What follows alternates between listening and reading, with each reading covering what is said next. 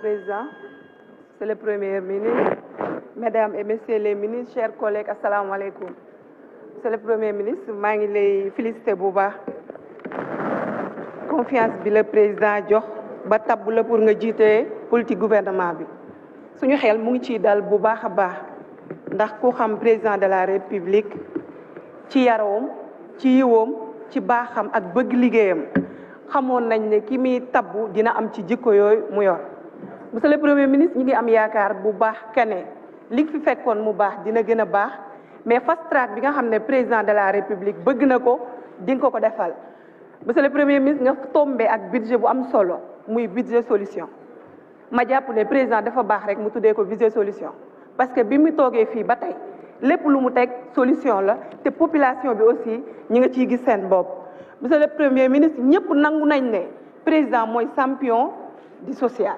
te gis nañ ko ndax politique yi nga xamante ni def na ko fi mënoon a yem ci plan Sénégal émergent monsieur le Premier ministre ñi gis PUDC bi nga xam ne dafa ëmb yoon ëmb ndox ëmb courant te mu jagleel ko monde rural bi ñi gis PUMA aussi gis DER gis Promoville gis infrastructure yi nga xamante ni tali yi mi ngi fii ak pont yëpp monsieur le Premier ministre ñi gis ne président taxawu na aussi jigéen ñi mais taxaw aussi ndaw ñi te ñi ngi ñaan liggéey boobu noonu ngeen gën ko cee jàppale mu gën ko yokk ñi gis bourse de sécurité familiale aussi mu nekk lu am solo tey Sénégal am ay stade yoo xamante ni mucc ayib la ba waxuma Sénégal mais dëkk yi nekk ci Afrique ñëpp ñee nañ Sénégal bu ñu toogee ba Sénégal di xalaat organiser Coupe d'Afrique kon loolu yokkute la te ñu ngi ciy gërëm président Macky Sall ñi mënoon wax ci BRT bi nga xam ne léegi mu tàkk alhamdulilah président Macky Sall président bu am vision la mais macha allah ku gëm sénégalais yi te ku am wërsëg la ndax ci ayam ci lañ jot coupe d'Afrique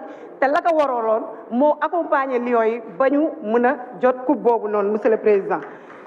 pétrole ak gaz di ñëw mais président Macky Sall xalaat tey mais xalaat génération bi nga xamante ni mi ngi ñëw suba monsieur le président Macky Sall ne ko ñun tey la ñuy gën a fésal suñu engagement ci moom parce que lii mu def ci Sénégal nit du ko def. ñun ñu koy bàyyi ginnaaw parce que li mu def ci Sénégal kenn mos ko fee def kon dinañ ko jàppale ñun suñu diggante ak président Macky Sall du problème mu mandat tant que li Sénégalais yi bëgg mi ngi ci incha allah dañ koy taxawu dañ koy jàppale. monsieur le Premier ministre ma jugee département bu Koungheul aussi bëggoon yoon bi jugee Maka Guy traversé Koungheul dem ba Lour Escale ngeen bàyyi ko xel emploi des jeunes bi ngeen wax aussi bëgg nañ ngeen bàyyi ci jeunesse Koungheul ñu ngi leen di sant bu baax di leen gërëm di leen dénk jigéenu Koungheul. Merci cher collègue. La parole est à notre collègue Nicolas Ndiaye. Ahmed Aïdara se prépare. Non, Mam Sey Ndiaye.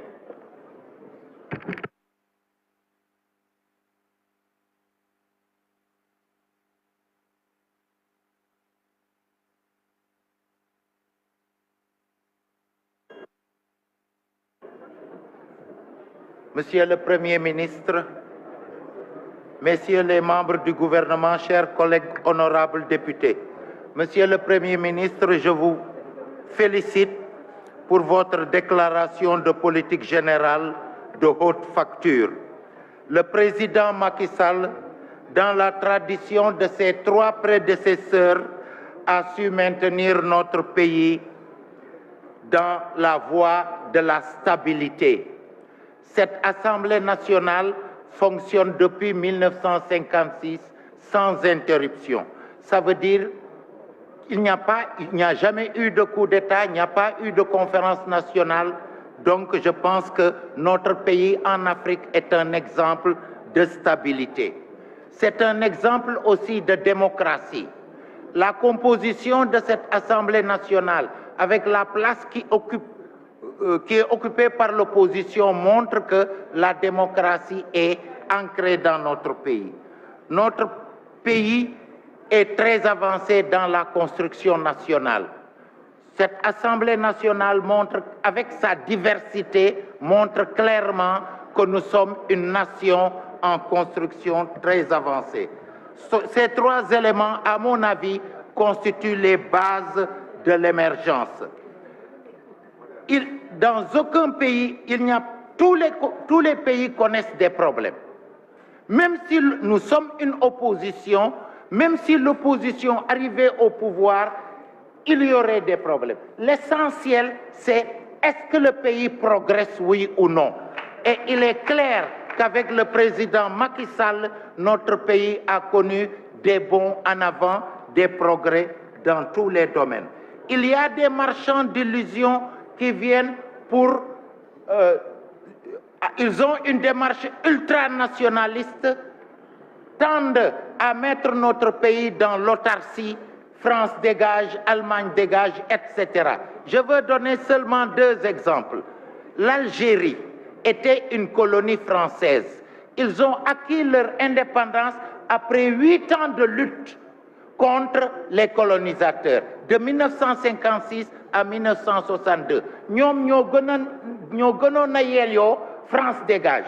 Pourtant, la France est en Algérie parmi les premiers investisseurs directs étrangers. C'est la même chose pour le Vietnam. Ça veut donc dire que ce qui fait émerger les pays, c'est comme le disait le président Senghor, l'enracinement dans nos valeurs traditionnelles de teranga et de jom et l'ouverture vers l'extérieur pour nous enrichir. La parole est à notre collègue Mame Sey Ndiaye Ahmed Aïdara, le suivant.